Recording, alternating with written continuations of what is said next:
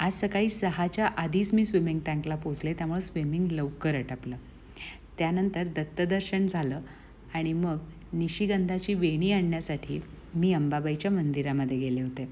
तुम्हाला लक्षात आहे का, मला मागच्या बुधवारच्या लाईव्हमध्ये बऱ्याच जणींनी सांगितलं होतं की कोल्हापूरच्या आसपास जी ठिकाणं आहेत किंवा कोल्हापूरमध्ये ज्या गोष्टी मिळतात त्याचा व्हिडिओ बनवा. तर याची सुरुवात आपण करतो कोल्हापूरच्या पारंपरिक दागिन्यांपासून.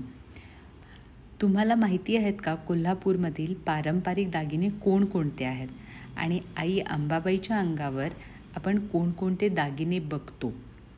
मला कमेंट बॉक्समध्ये या दागिन्यांची नावे सांगायची आहेत.